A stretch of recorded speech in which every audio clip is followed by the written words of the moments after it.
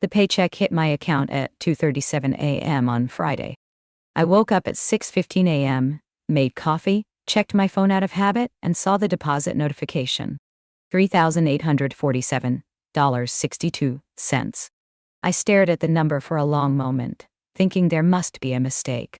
My bi-weekly take-home was $5,200. Always had been for the past 2 years. I pulled up my banking app and looked at the previous deposits. Every 2 weeks, like clockwork. $5,200. $5,200. $5,200. And now, $3,847.62. A 26% pay cut. No email. No meeting. No conversation. Just a smaller number in my checking account on a Friday morning.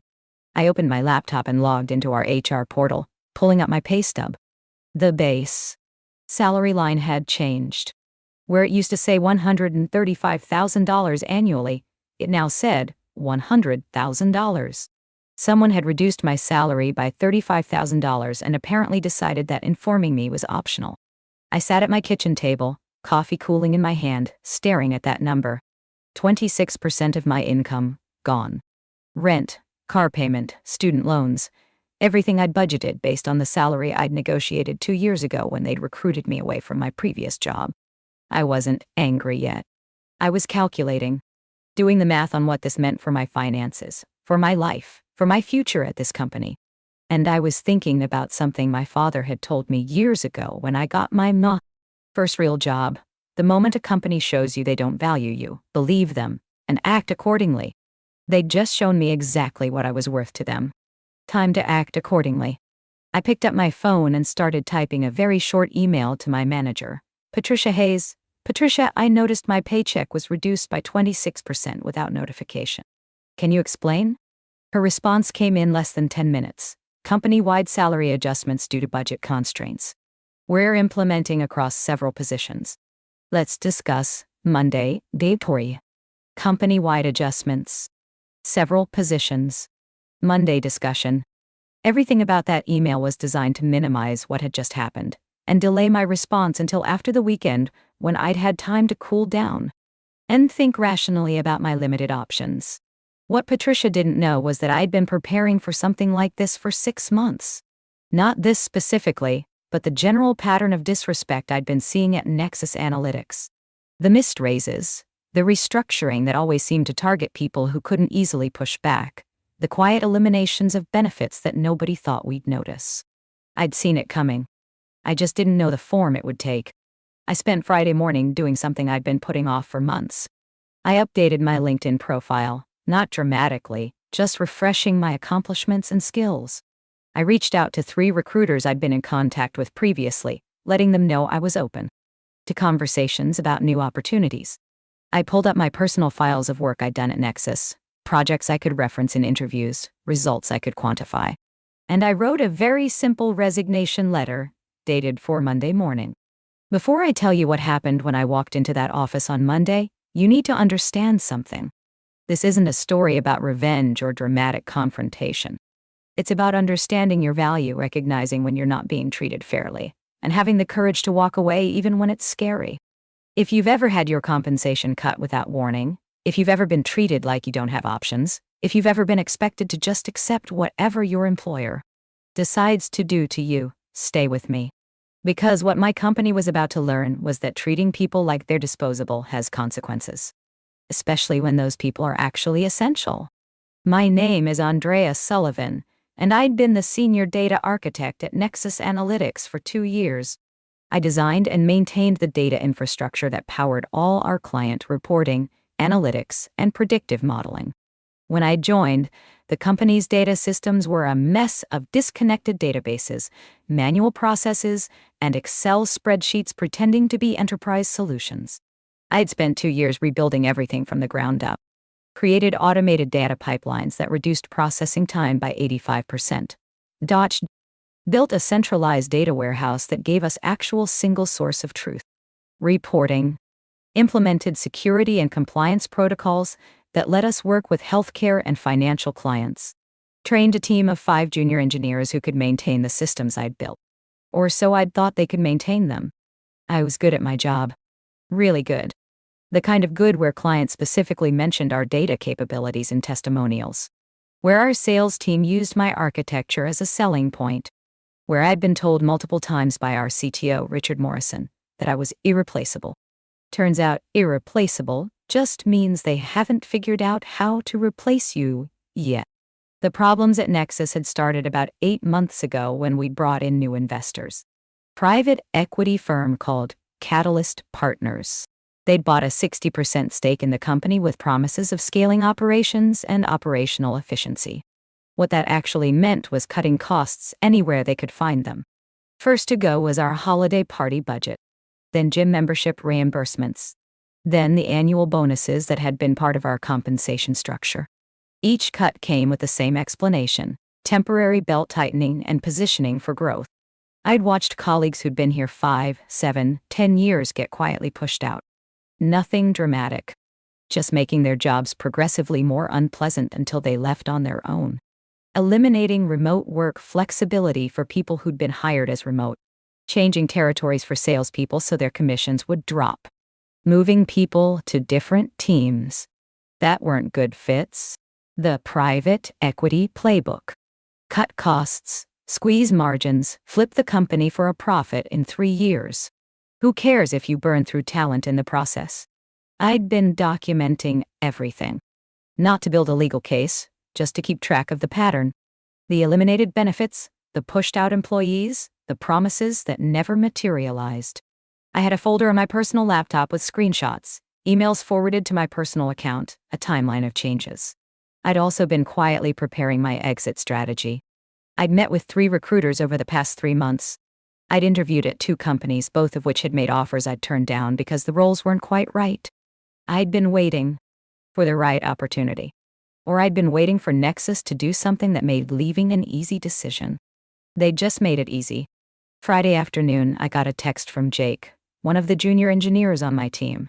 "Hey, did you see the paycheck? Mine's like 20% lower than it should be. Did yours get cut too?" I replied simply, "Yes, check your pay stub. They changed base salaries." 3 dots appeared, then disappeared, then appeared again. Finally, without telling anyone? That's legal? Depends on the state and your contract. In most at-will employment states, they can change salary going forward with notice. Whether they should do it without discussion is a different question. This is bullshit. Yep. Yep. Near. Yeah, 5 minutes later, I got a text from Priya, another team member. Then, Marcus. Then, Sarah. All asking the same question. Did you see the paycheck? Did yours get cut? What are we supposed to do? I gave them all the same answer. Check your contract. Understand your options. Update your resume. What I didn't tell them was that I was already gone. I just hadn't announced it yet. That weekend, I did 3 interviews via video call. 2 with companies I'd been talking to, 1 with a recruiter who'd reached out Friday afternoon after seeing my updated LinkedIn. By Sunday evening, I had a verbal offer from 1 company, pending final approval. $165,000, base salary, 20% annual bonus target. Full benefits, remote flexibility. A 22% increase over what I'd been making before the cut. A 65% increase over what Nexus had just decided I was worth. I accepted the offer pending written confirmation. They promised to have the formal offer letter to me by Monday morning. Monday morning at 8:47 a.m., the offer letter arrived in my inbox. I read through it carefully, made sure all the terms matched what we discussed, and signed it electronically. Start date, 2 weeks from Monday. Then I opened the resignation letter I'd drafted Friday morning, updated it with my last day, and headed into the office. I arrived at 9:30 a.m., later than my usual 8:00 a.m. Patricia was already in her office. I knocked on her door.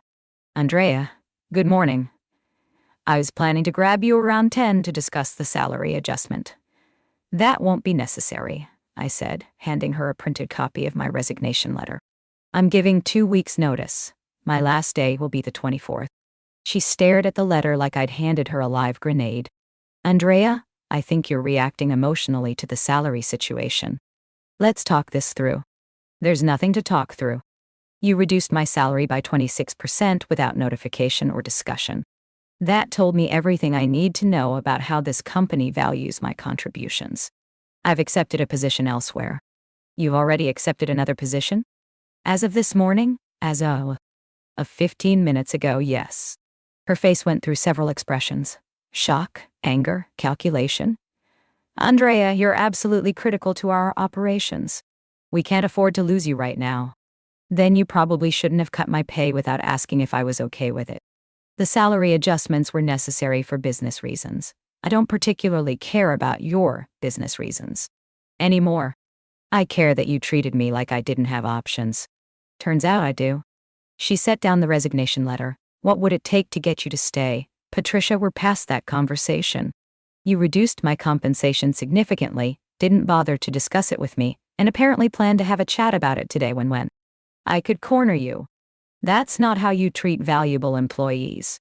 That's how you treat people you think are trapped. What if we restored your original salary?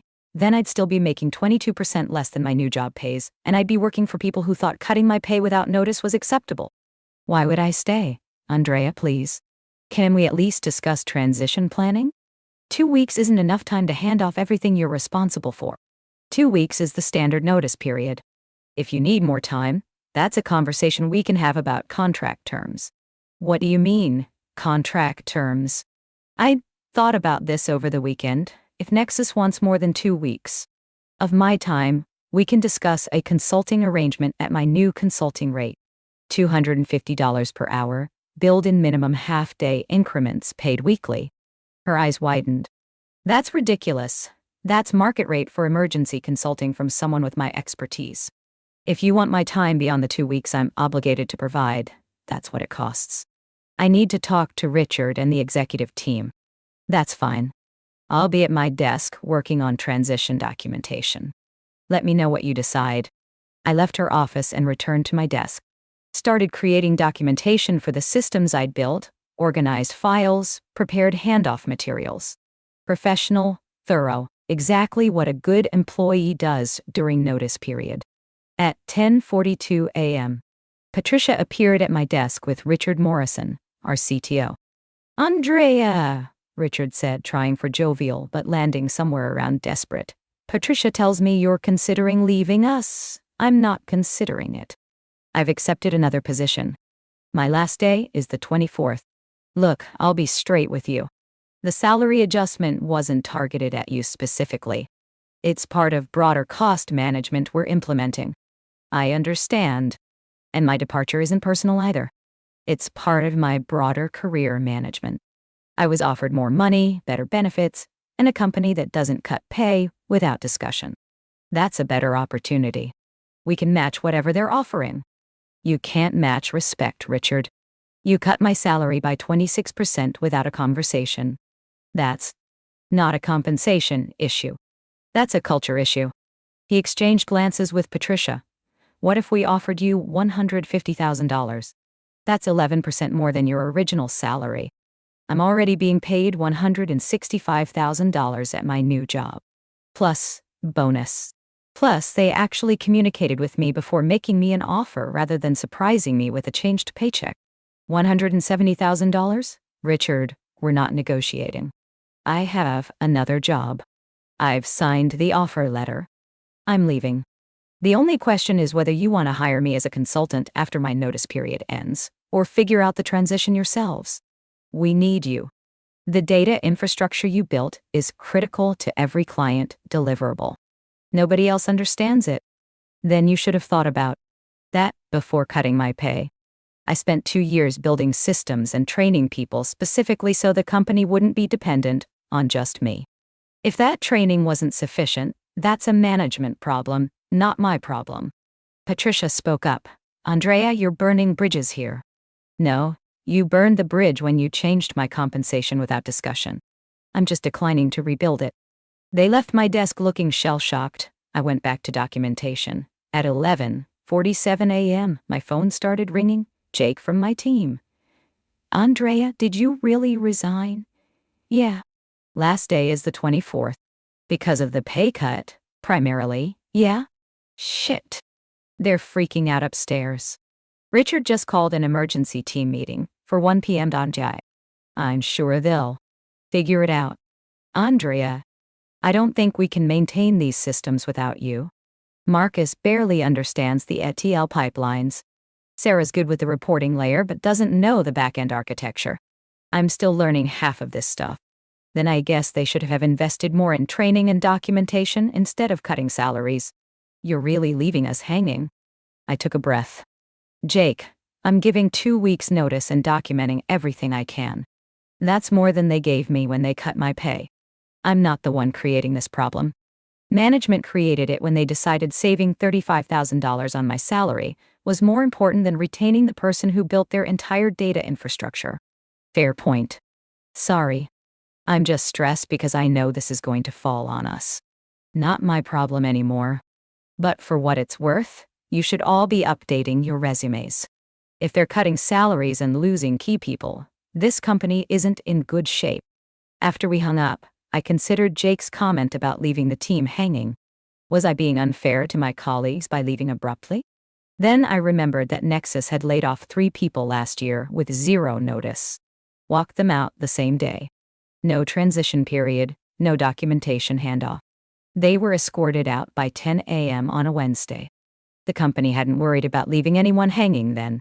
2 weeks' notice was generous by comparison.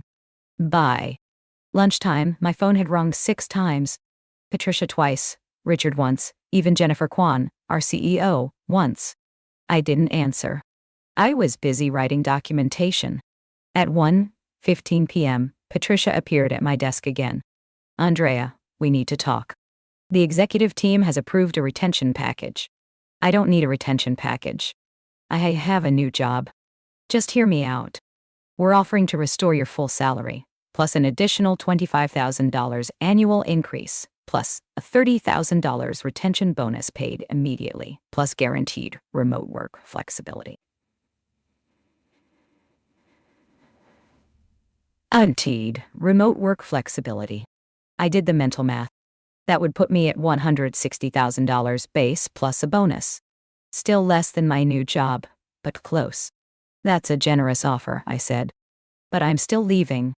Why? We're offering you more than you were making before, because 3 days ago you thought I was worth $100,000.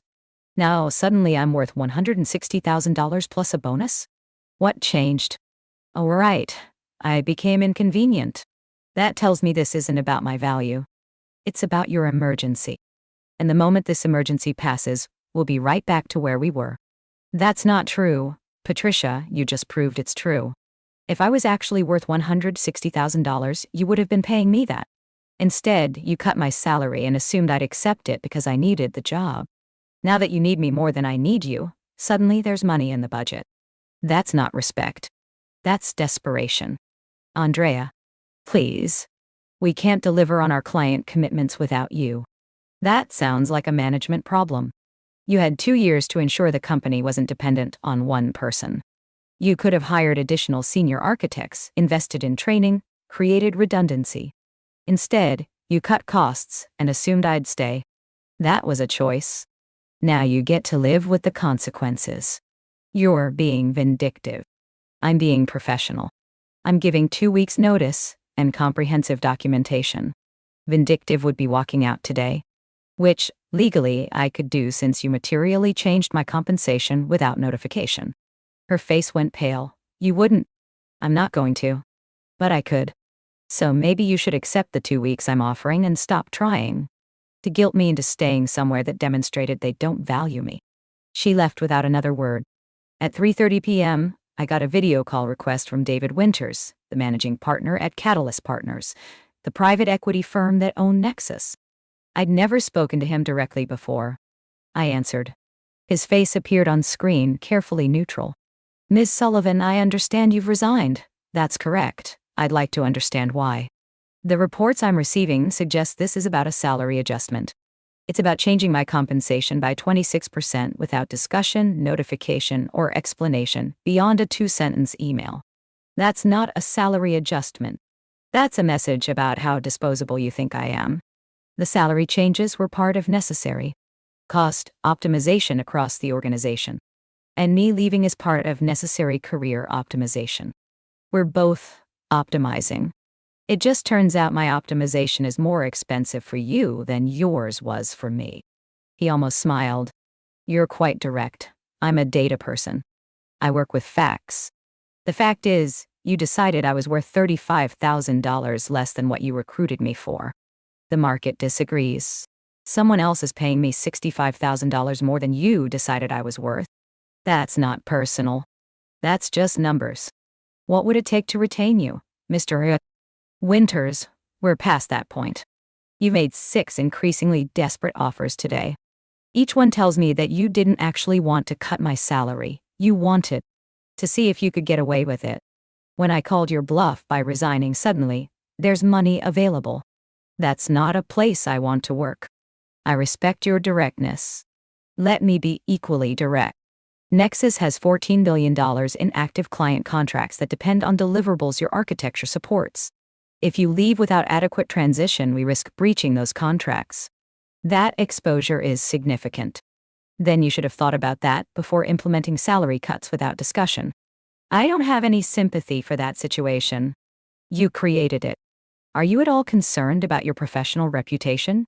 Walking away from critical systems could be seen as unprofessional. I smiled. Mr. Winters, I'm giving 2 weeks' notice, which is legally and professionally standard. I'm documenting everything I can during that time. If 2 weeks isn't enough to transition systems I built over 2 years, that's a planning failure on management's part, not a professionalism issue on mine. Nexus has chosen to operate with single points of failure. Those failures are now failing. That's cause and effect. We're willing to pay for consulting beyond your notice period. The $250 per hour rate you quoted to Patricia is acceptable. For what duration? As long as necessary to ensure adequate knowledge transfer. Define as long as necessary. Let's start with 90 days of availability for consultation. 20 hours per week, maximum. I did the math quickly. 90 days, 20 hours. Per week, $250 per hour. That was $180,000 for part-time consulting on top of my new salary. I'll need that in writing with a payment schedule. Half upfront, remainder paid weekly. That's unusual.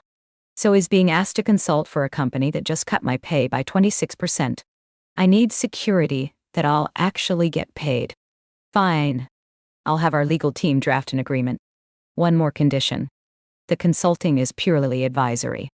I'll answer questions and provide guidance. I'm not writing code, not fixing emergencies, not being on call. You want active development work. That's a different rate. What rate? $500 per hour for active development, billed in 4-hour minimum increments. That's absurd. That's what it costs to get me to build things for you after you demonstrated how much you value my work. Take it or leave it. He was quiet for a moment. I'll have the consulting agreement drafted and sent to you today. I'll review it with my attorney before signing, of course. Miss Sullivan, for what it's worth, I think the salary adjustment was handled poorly. Had I been consulted, I would have recommended a different approach. Then you should probably pay more attention to how your portfolio companies treat their key employees. Because I'm guessing I'm not the only person you're going to lose over this. After the call ended, I sat back in my chair. $180,000 in consulting fees on top of my $165,000 salary at the new job. Because Nexus had decided to save $35,000 by cutting my pay. The math on that was pretty straightforward. They'd cost themselves $180,000 to save $35,000, plus whatever it would cost to hire and train my replacement, plus the risk to $14 in client contracts. All because they'd assumed I didn't have options. That evening, I got a group text from my team. Jake, Priya, Marcus, Sarah, and 2 others. Drinks after work? We should talk about what's happening. I met them at a bar near the office. They were all stressed, angry, confused. Did they really offer you $160,000 to stay? Marcus asked. Plus a $30,000 retention bonus? And you still said no?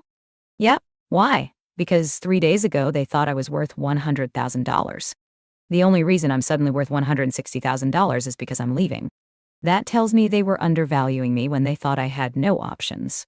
Why would I stay somewhere that operates like that? Sarah spoke up. They cut all our salaries too. Not as much as yours, but 12–15% for everyone on the team. We got the same email you did. Company-wide adjustments with no explanation. I nodded. Did any of you try to push back? What's the point? Priya said. We're not as specialized as you. They could replace us easier.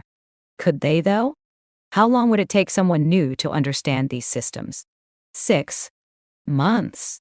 A year? How many projects would fail while they're learning? Probably several, Jake admitted. But we can't just quit. Most of us have rent, families, loans. We can't afford to walk away. You can't afford not to, I said. Look, I'm not telling you to quit tomorrow. But you should all be updating your resumes, talking to recruiters, interviewing. Because a company that cuts salaries across the board without discussion isn't a healthy place to be. This isn't going to get better. What if they fire us for looking? They're not going to know you're looking unless you tell them. And if they do find out and fire you for it, that tells you everything you need to know about whether you should have been looking. Marcus was quiet for a moment. You think they're going to try to make us do your job after you leave? Probably. Which is why you should all be negotiating for raises and titles if they ask you to take on additional responsibilities. Don't let them make you do senior architect work while paying you junior engineer salaries. They're not going to give us raises when they just cut our pay, Sarah said. Then they're not going to get architect level work. Do what you're paid to do, and nothing more. If the systems fail because they're understaffed, that's a management problem. Over the next week, I focused on documentation and transition planning. Created comprehensive guides to the data architecture, step-by-step instructions for common maintenance tasks, troubleshooting documents for known issues. I held training sessions with the team, walking them through systems they'd need to maintain. But I also did something else. I documented every shortcut, every hack, every fragile component that I'd been manually managing because there hadn't been time to build proper solutions. Things that worked fine when I was there to monitor them but would break without constant attention. I wasn't sabotaging anything. I was just being honest about what would need fixing after I left. I put it all in a document titled Technical Debt and Sustainability Risks, sent it to Patricia and Richard with a note. These are issues that will require attention once I'm gone. Some are urgent, some are longer term, but all represent potential failure points. Patricia replied, Thank you for the documentation. This is helpful. What you didn't say, we're screwed. But they were. I knew it, they knew it, and the consulting agreement I'd signed would make sure I got paid handsomely to help them deal with it. My last day was a Friday. I came in, finished my documentation, sent goodbye emails to colleagues, and walked out at 4:30 p.m. Professional, cordial, no drama. On Monday, my first day at the new company, I got a call at 11:42 a.m. from a number I didn't recognize. I let it go to voicemail. The voicemail was from Patricia. Andrea, we're having a critical issue with the data pipeline. The ETL job failed overnight and we can't get it restarted. Can you call me back urgently? I deleted the voicemail and sent a text. I no longer work for Nexus. For consulting inquiries, please email per our consulting agreement with details of what you need and estimated time required. She emailed 10 minutes later. Emergency system failure. Need immediate help. Will pay consulting rate. I replied, emergency active development is $500 hour, 4-hour minimum. If you agree to terms, I can be available this evening after 6 p.m. Please confirm budget approval in writing from authorized signatory. 3 hours later, I got an email from David Winters, approving emergency consulting at $500 hour. I logged in at 6:15 p.m., diagnosed the issue, and fixed it in 45 minutes. But I billed the 4-hour minimum. $2,000 for 45 minutes of work. The invoice I sent included a note. The ETL failure was caused by a schema change that wasn't properly propagated. This was documented in the technical debt report as a known fragile component. Recommend allocating resources to rebuild this pipeline for sustainability. Over the next 90 days, I consulted for Nexus approximately 15–20 hours per week, mostly answering questions and providing guidance. I invoiced weekly, $5,000 per week for advisory consulting, plus occasional emergency fixes at $500 an hour. In total, I made $187,500 in consulting fees over 3 months. Because they'd tried to save $35,000 by cutting my salary. 6 months after I left, I got a LinkedIn message from Jake. Wanted to give you an update. They finally hired a senior architect to replace you. Took them 4 months of interviews. They're paying him $175,000. Also, Priya and Marcus both left for other jobs after getting fed up with the workload. Sarah's still here but actively interviewing. The team is basically brand new except for me, and I'm only staying until I finish my master's. I replied, "Thanks for the update. Hope you find something good when you're ready to move on." He sent back, "I will. You taught us that we don't have to accept whatever they offer us. Options exist if you're willing to look for them." A year after I left, I saw a news article that Catalyst Partners had sold Nexus Analytics to a larger firm at a loss. The article mentioned operational challenges and client retention issues as factors in the struggling sale price. I thought about the 14 million client contracts David Winters had mentioned. How many of those had they lost? How much had the technical instability cost them? How many other talented people had left when they realized the company didn't value them? All to save $35,000 on my salary. If you've stayed with me through this whole story, I want you to understand something. This isn't about celebrating when companies fail. It's about understanding your worth and being willing to walk away when you're not being treated fairly. Nexus thought I needed them more than they needed me. They cut my pay without discussion because they assumed I was trapped. They were wrong. And that mistake cost them hundreds of thousands of dollars because they didn't understand the difference between someone who's replaceable and someone who's essential. The lesson here isn't that you should quit every time something goes wrong at work.